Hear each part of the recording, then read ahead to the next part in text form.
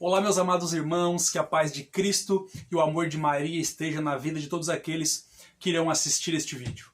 Eu me chamo Rodrigo, tenho 32 anos, sou casado, tenho um filho de 9 anos, moro na cidade de Criciúma, no estado de Santa Catarina.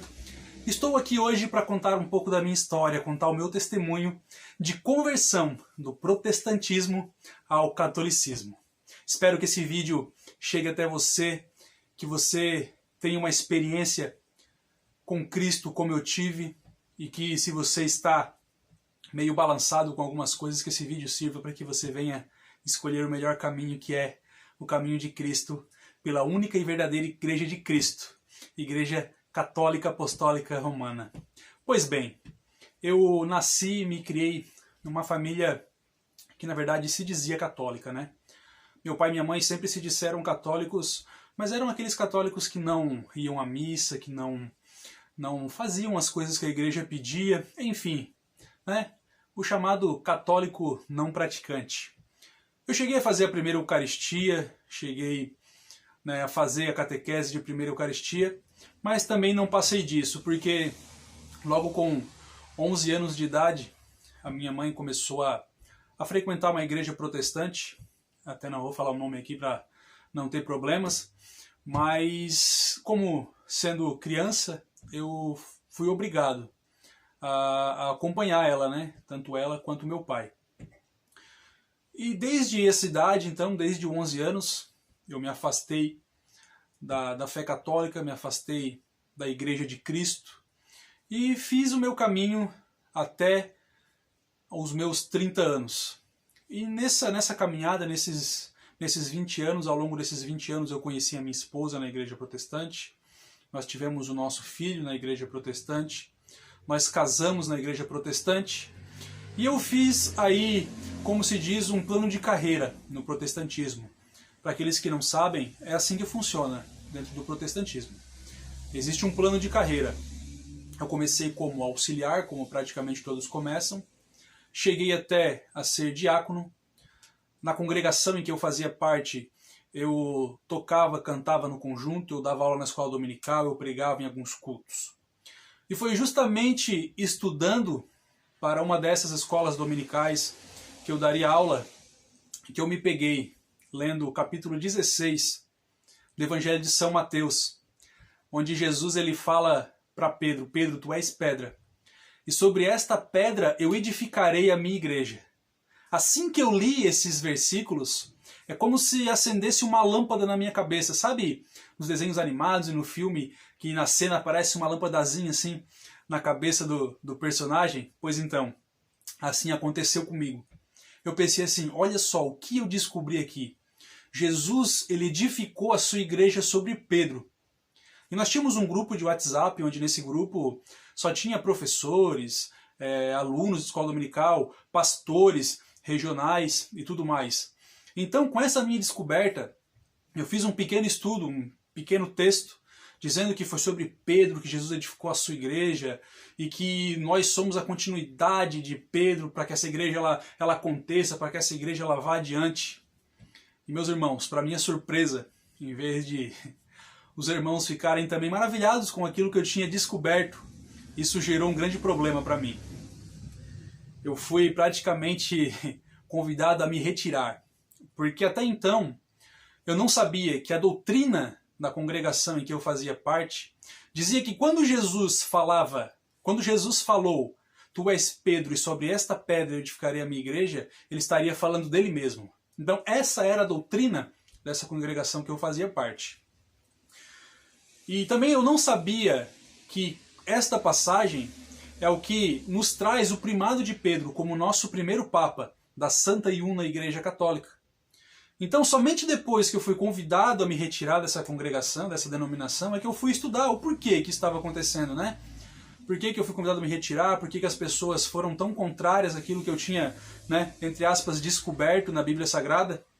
E só então eu pude entender que o capítulo 16 de São Mateus é o primado de Pedro, onde Jesus diz: Pedro, tu és a pedra, e sobre esta pedra eu edificarei a minha igreja.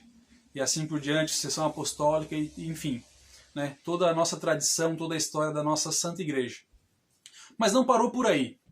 como alguns conhecem, nem todos, mas é assim que funciona no protestantismo. Quando nós nos frustramos em uma congregação, em uma certa denominação, nós mudamos para outra. E antes de tudo isso acontecer, eu já tinha recebido um convite de ser o segundo dirigente de uma outra congregação, de ser um co-pastor, para gerenciar, para dirigir essa igreja junto com outro pastor. Então, frustrado nessa outra denominação, que eu fui convidado a me retirar, então eu aceitei esse convite juntamente com a minha esposa. A história dela é praticamente idêntica à minha. Ela também, com 9 anos, o pai dela deixou da igreja católica e passou a ser protestante, e ele é protestante até nos dias de hoje.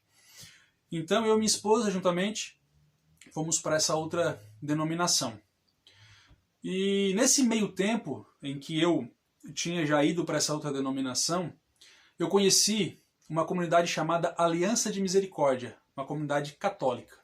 A minha esposa, ela trabalhava com uma pessoa, com uma mulher, que fazia parte dessa comunidade. E essa comunidade, ela faz um trabalho de retiros para casais e retiro para jovens. A minha esposa, trabalhando com ela, um dia ela convidou a minha esposa: Aline, vamos participar do nosso encontro para casais, que é chamado Encontro Caná. A minha esposa, para não dizer não, disse: vamos sim, claro que vamos. Então ela chegou em casa, falou comigo: ei, Rodrigo, eu fui convidado, assim, vamos? Eu disse: vamos, mas eu pensei, né, vai chegar no dia, ela vai esquecer, não vai querer ir, mas não foi bem assim que aconteceu. Quando chegou na sexta-feira, um dia antes do retiro, ela disse: amanhã nós temos o retiro. Então eu disse: tu vai querer ir mesmo? Nós somos, né, evangélicos, então não é o nosso lugar em retiro católico. Mas ela disse: não, mas eu prometi que ia, então a gente precisa ir. Fomos a esse bendito encontro. Chegando lá na igreja, capela de São João Batista. Chegando lá, olhei para um lado, olhei para o outro e digo: meu Deus, o que é que eu estou fazendo aqui? Nesse lugar onde só há idolatria, nesse lugar onde só há mentira, na grande Babilônia. E, né, todas as acusações que eu, como protestante, já trazia no sangue. Mas no decorrer do retiro, eu fui sendo muito confrontado com as coisas de Deus. E o que me chamou muita atenção quando começou o retiro era o casal de missionários que estava ali, que veio de São Paulo para fazer aquele retiro, pessoas muito humildes, pessoas realmente que viviam a pobreza, viviam a obediência, que viviam a castidade. E nós estávamos acostumados nas denominações que nós íamos e fazíamos parte, que os missionários que vêm de outros lugares geralmente são pessoas que se acham, são pessoas que vêm querendo ser mais do que os outros, querendo coisas que vão além daquilo que a gente pode oferecer. Mas esse casal de missionário era diferente. Enfim, passou o sábado, passou o domingo, e na segunda-feira aquelas músicas daquele retiro não saíam da minha cabeça, as pregações, o que aquele casal trazia pra gente de humildade. Então eu comecei a pegar as músicas do retiro, cantar na igreja em que eu fazia parte. Comecei a pensar: nossa, eu vou trazer essa doutrina para a nossa igreja. Então eu comecei a defender a fé católica nas minhas pregações, até que um dia um moço que fazia parte da igreja também, que congregava com a gente lá no final do culto, chegou para mim e disse: ô Rodrigo, ninguém gosta de ti aqui. O que tu prega não é de Deus. E para mim isso foi um sinal de que o meu lugar já não era mais ali. De que eu tinha um chamado, de que Deus tinha algo diferente para a minha vida. Até que eu e a minha esposa nos pegamos sentados na mesa de frente um para o outro, tendo que tomar uma decisão. E agora? O que é que a gente faz? Mudamos novamente de denominação ou assumimos que somos católicos?